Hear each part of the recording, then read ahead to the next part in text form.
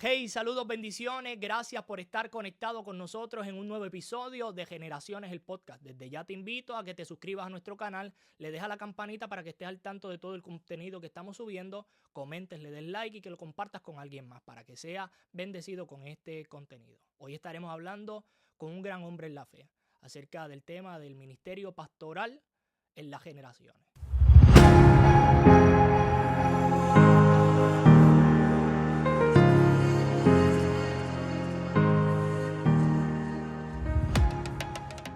Y para esta conversación, en este nuevo episodio de Generaciones del Podcast, tengo el privilegio de tener con nosotros al pastor Gilberto Ramos Granel. Él es pastor, es ministro del Concilio de Iglesias Pentecostal de Jesucristo, Misión Internacional, y actualmente es pastor en el poblado de Aguadilla, San Antonio de Aguadilla. San Antonio de Aguadilla. Y yo tengo el privilegio en este episodio de poder compartir con un hombre de Dios muy reconocido, un hombre de Dios con una gran trayectoria, y hoy va a hablarnos precisamente de eso, de su experiencia, de cómo Dios ha trabajado a lo largo de su carrera, cómo ha visto la mano de provisión del Señor y poder compararlo con esta generación que se está levantando. Pastor, bienvenido a Generaciones el Podcast. Dios te bendiga, qué bendición. Es una sorpresa y una bendición. Así que encantado de estar aquí. Así que vamos para adelante. Gracias, Pastor, por sacar su tiempo y compartir con nosotros. Para empezar, Pastor, yo quisiera que pudiéramos, que usted pudiera hablarnos acerca de su trayectoria, desde sus comienzos, su desarrollo y ahora, qué está haciendo justamente ahora. Bueno, mi nombre es Gilberto Ramos Granel. Yo soy pastor de la Iglesia Pentecostal de Jesucristo en el poblado San Antonio de Aguadilla. Y lo primero que te tengo que decir es que pues nací en el Evangelio, así que más o menos a los 8 años tuve que hacer una decisión por Cristo Jesús y demás. Pero nacer en una cuna cristiana pues me dio unas ventajas, ¿verdad? Unas experiencias. Y entre esas cosas, una de las cosas que yo no quería hacer era pastor, precisamente. Yo quería hacer cualquier otra cosa, ayudante de pastor, limpiar la iglesia, guiar la guagua, recoger los alrededores, etcétera, menos pastor. Así que el día que el Señor me habló a mí del pastorado, yo me atreví a decirle, Señor, envía a otro, llámate a otro, yo quiero ser un buen ayudante y demás. Y bueno, el Señor no me hizo caso, como no nos tiene que hacer caso a ninguno de nosotros, ¿verdad? Y eso, así que me puso en el ministerio, así que ahí comencé en el barrio Leguízamo de Mayagüez, eventualmente lideré la denominación y ahora regresé, ya hace 13 años, va para 14, estamos allí en el poblado San Antonio de Aguadilla sirviendo al Señor y sirviendo a la comunidad. Pastor, ciertamente, ¿cuánto tiempo lleva en el ministerio? Estaba sacando cuenta en estos días y estamos en los 30 años ya. Wow. Así que nos estamos haciendo viejos. Aunque tú no lo creas, yo tenía pelo cuando yo empecé y todo ese tipo de cosas. En estos días una muchacha amiga me mandó una foto del anuario de escuela superior. Ay, padre amado, yo tenía una maranta de pelo. Y ahora, pues, poco a poco se ha ido diezmando, pero nada, estamos ahí. Y estamos disfrutando este tiempo que el Señor nos ha dado, ¿verdad? En el ministerio. Ciertamente, cuando usted comienza en el ministerio, pues debió hacer una temporada y una época difícil. Tuvo que haber tenido sus retos, sus desafíos. Háblenos un poco acerca de eso, de esos desafíos cuando usted comenzó a pastorear hace más de 30 años, que enfrentó cuando empezó su ministerio. Mira, yo esa etapa de mi vida la recuerdo vívidamente, porque yo comencé a pastorear el día que nació mi hijo primogénito. Así que fueron 30 años atrás y es curioso porque yo estuve ayudando a mi esposa a parir y luego por la noche tuve que predicar mi primer sermón, ¿verdad? Wow. Luego de haberle ayudado a ella a pujar, que fue lo que yo le ayudé. Yo no hice más nada, pero yo estaba tan cansado como si hubiera parido y eso. Así que fue un momento emocionante porque estaba comenzando mi experiencia como pastor en la iglesia que me vio nacer y por otro lado estaba comenzando también a formar una nueva familia. Un par de años después, como parte de la dinámica que se da, y eso, mi hijo es diagnosticado con cáncer. Así que eso añadió una carga adicional a todo lo que representaba llamado para el ministerio. Y allí tuvimos que aprender a pasar de la teoría a la práctica. O sea, sabíamos todos los textos de fe y todo, había que confiar en el Señor y todo ese tipo de cosas, pero llegó un momento donde tuvimos que poner en práctica la fe. y darnos cuenta que la fe que habla la Biblia y la fe que se nos pide a nosotros que tengamos no es algo que está suspendido en el aire, sino que es algo que hay que ponerle patita. Así que esos primeros años fueron difíciles porque tuvimos que estar corriendo con la adaptación a una nueva iglesia.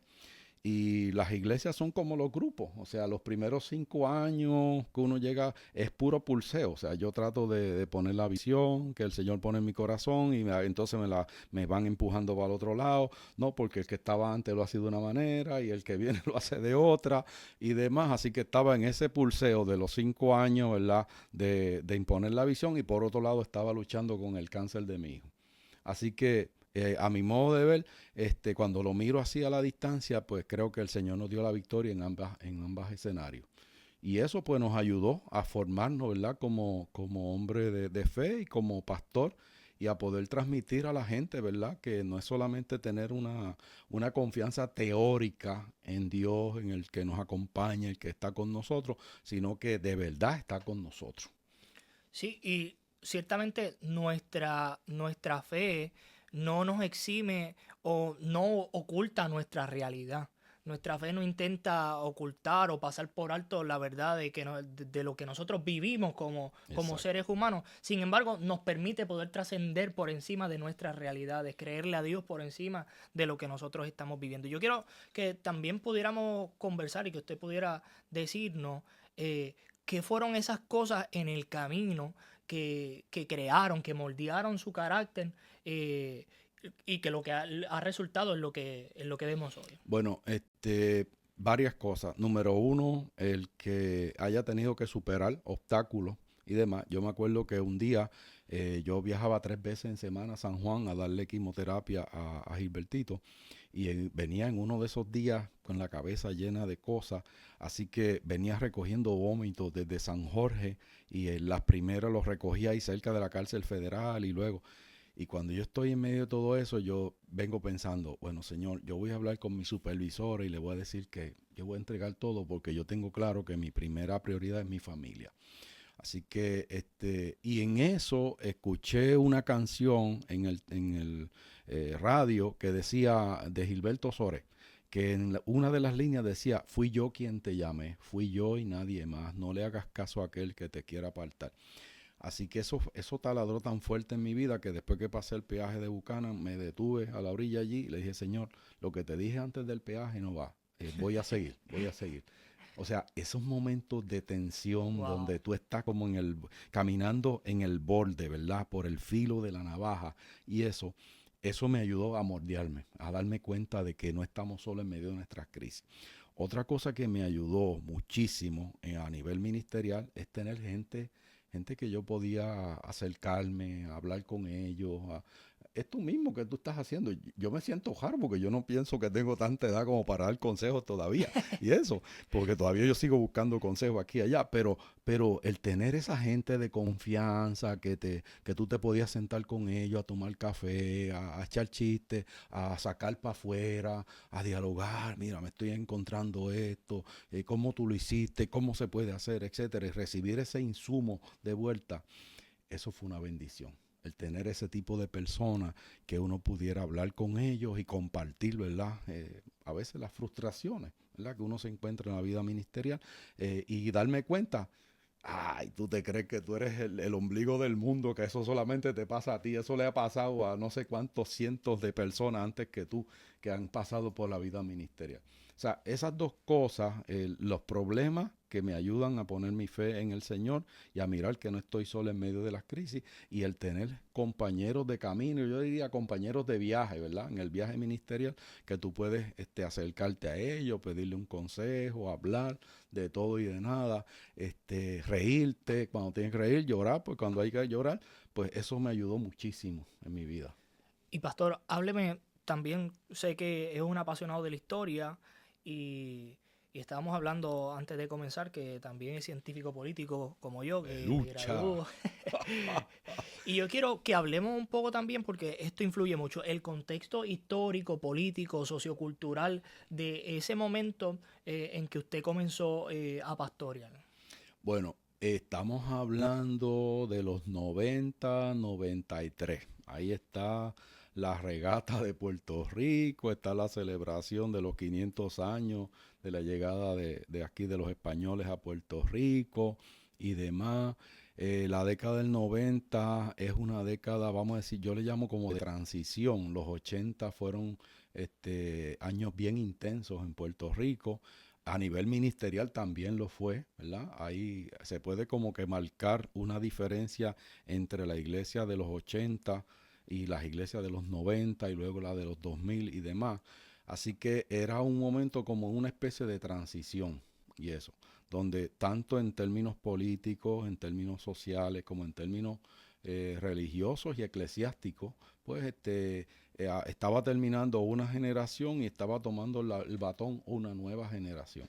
Así que eso siempre trae sus problemas, sus ronchas, trae sus resquemores, ¿verdad?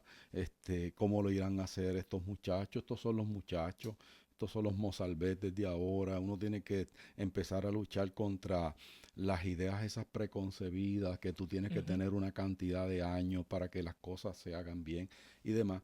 Y yo empecé a ser líder desde bien joven, muy joven. Yo creo un líder precoz.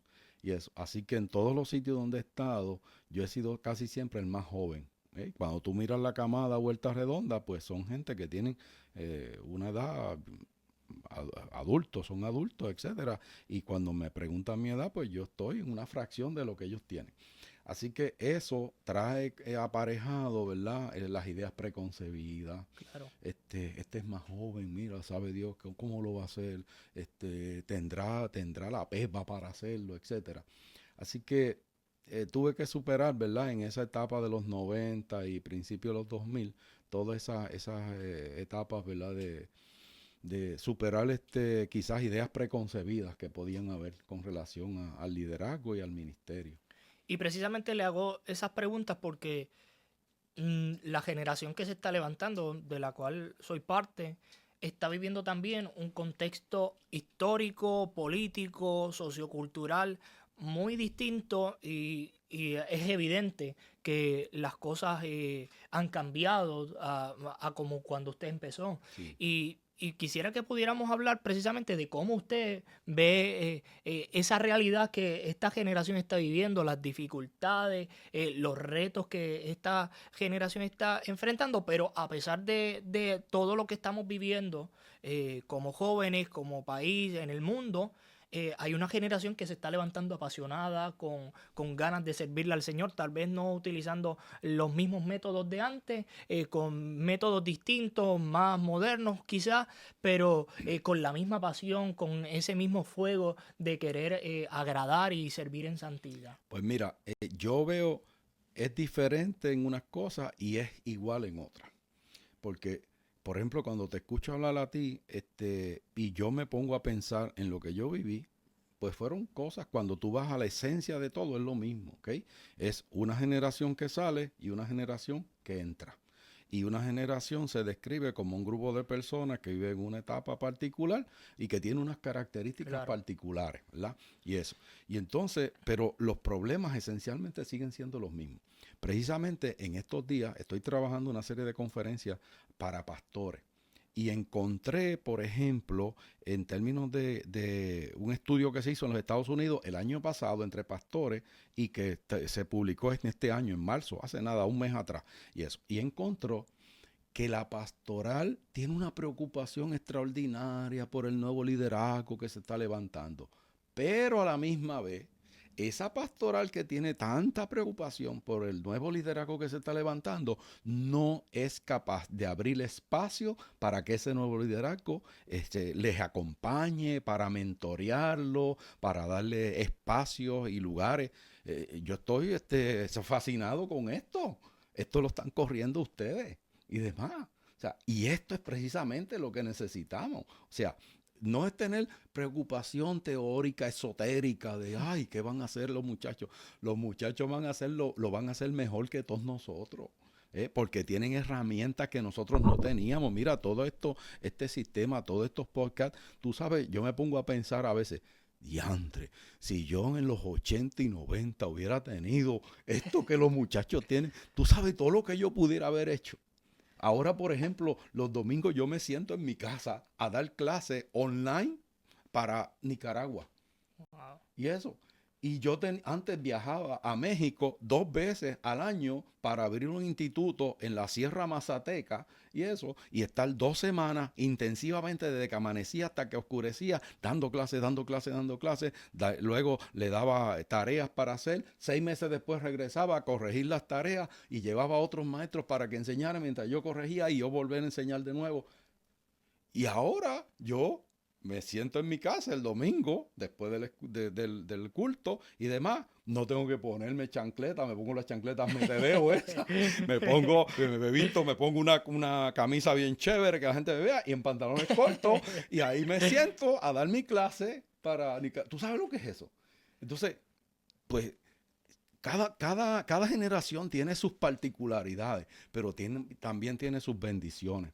Yo le digo mis hijos, tengo 2 hijos, y eso, mira, ustedes lo van a hacer mejor que yo, ustedes tienen más herramientas que yo, metan mano, aquí estamos nosotros para ayudarle, lo que sea, y eso, hay cosas que a veces no entendemos, que nos tienen que explicar, mira, se hace así, basado, perfecto, pero después que nos explica un par de veces, y eso, seguimos caminando. Entonces, veo de desafíos nuevos, ¿verdad? Porque evidentemente hay temas que ahora están en la palestra pública que en los 80 y 90 eso no existía. Y eso, o sea, ustedes van a tener que trabajar con eso. Bueno, todos vamos a tener que trabajar con eso, pero ustedes que van a estar al frente van a tener que tomar decisiones con relación a todo eso y demás. Pero a la misma vez veo que son las mismas situaciones, o sea, los mismos desafíos.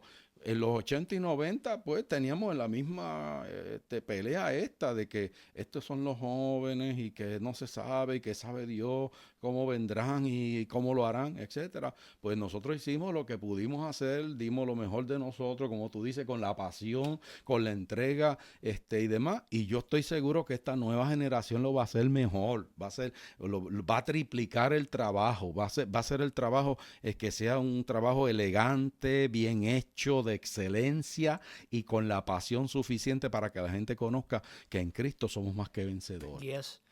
Pastor, y yo doy gloria al Señor por hombres de Dios como usted, como mi pastor, que han abierto camino, que han creado un fundamento sobre el cual nosotros podemos apoyarnos. Ustedes son esos hombros de los cuales nosotros podemos engancharnos y seguir hacia adelante.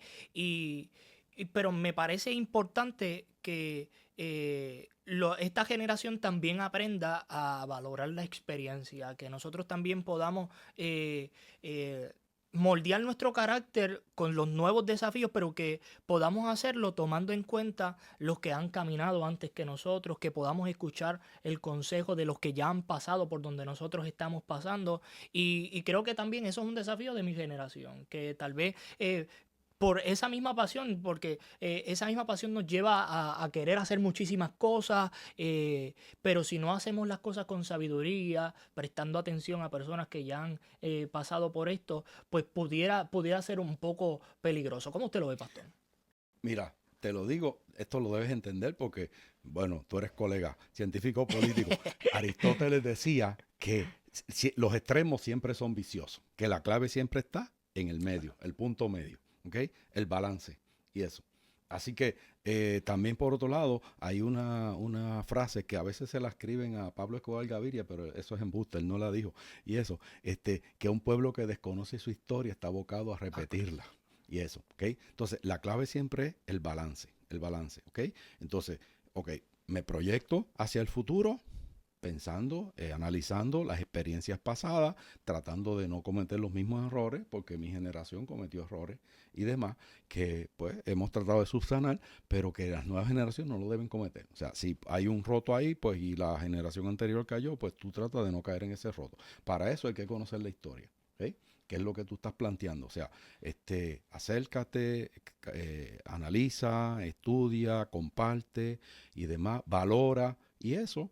Pero recuerda que tú no guías un carro mirando por el espejo retrovisor. Claro. ¿Okay? Los espejos retrovisores son para tú orientarte, o sea, aquí en el medio y en los lados. Tú miras, te orientas en la carretera, pero luego pones la mirada al frente. ¿Okay? Entonces, la historia es eso, o sea, espejos retrovisores donde uno mira, ok, lo hicieron de esta manera, salió así, asá, papá, ok, vamos a evitar esto, vamos a evitar esto, ok, vamos a subsanar esto, vamos a fortalecer esto, pero vamos a seguir para adelante, para donde el Señor nos está llamando, a lo que tenemos que hacer. Entonces, yo pienso que es esa la clave, el balance entre los extremos que siempre son viciosos. Y en nuestra iglesia reconocen la labor de los jóvenes que se están levantando en el ministerio, y nuestro pastor la identifica como una generación de relevo, a quien eventualmente él le entregará el batón del ministerio para que podamos seguir haciendo lo que Dios nos ha mandado a hacer. Pero cómo la iglesia precisamente puede aceptar y poder ser diligente en impartir lo que han recibido sobre esta generación que van creciendo, y también ir creándole el espacio, dándole el espacio, apoyándolos, impulsando, exhibiéndolos, para que precisamente ellos puedan ir avanzando y desarrollándose. Bueno, yo pienso que eso es una cuestión de convicción personal. O sea, por ejemplo, mira, un ejemplo que se lo estaba contando al pastor ahorita.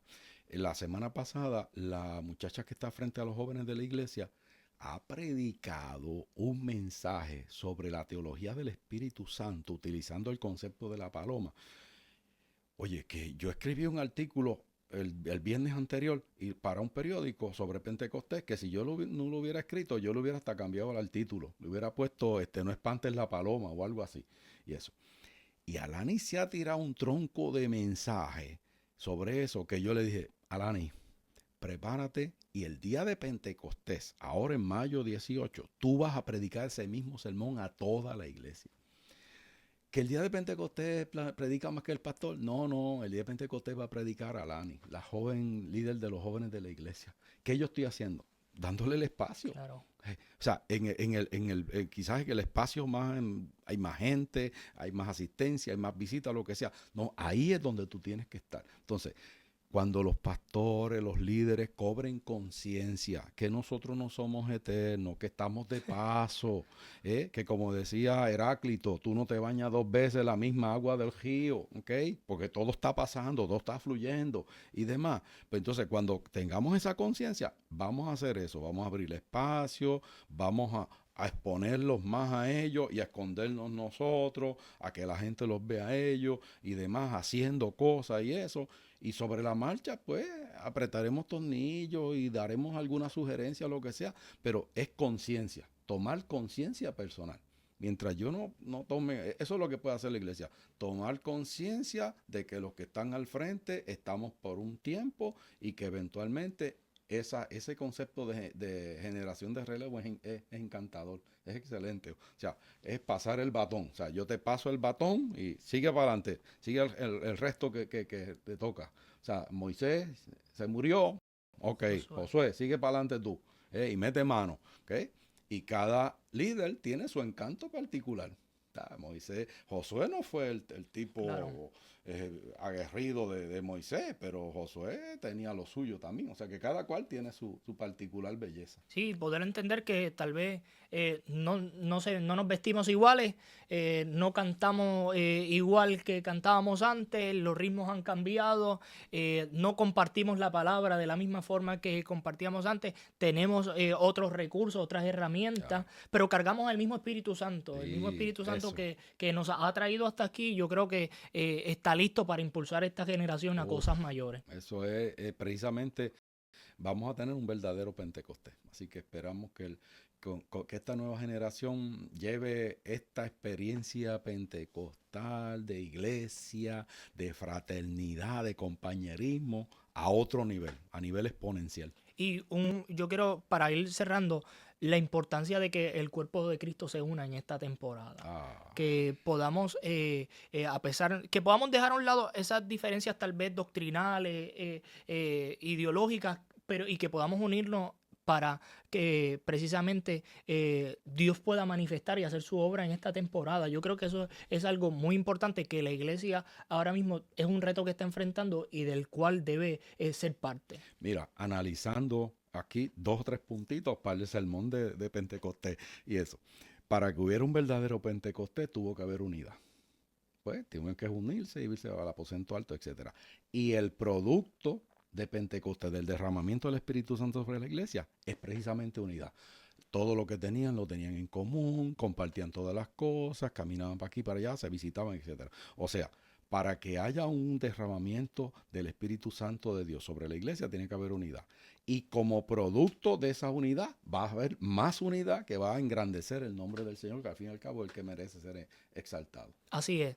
Yo creo que hemos tenido una excelente conversación en este episodio de Generaciones del Podcast, y yo quiero agradecerle, Pastor, por acompañarme acá en este episodio, y que usted pueda darle un mensaje también a esa generación que se está levantando, que nos está viendo ahora mismo. Sigan hacia adelante, siempre adelante. Esa es la frase de don Teodoro Golfín en la novela Marianela. Adelante, siempre adelante, ¿ok? Todo lo que el Señor ponga en sus manos, hágalo con excelencia, hágalo con pasión, y usted va a ver qué el Señor va a hacer. Así que gracias por mantenerse conectado y ver este nuevo episodio de Generaciones del Podcast. Te invito a que te suscribas a nuestro canal, le dejas la campanita, le des like, lo comentes, lo compartas con alguien más para que sea bendecido y mantente conectado con nosotros. Nos vemos en un próximo episodio de Generaciones del Podcast.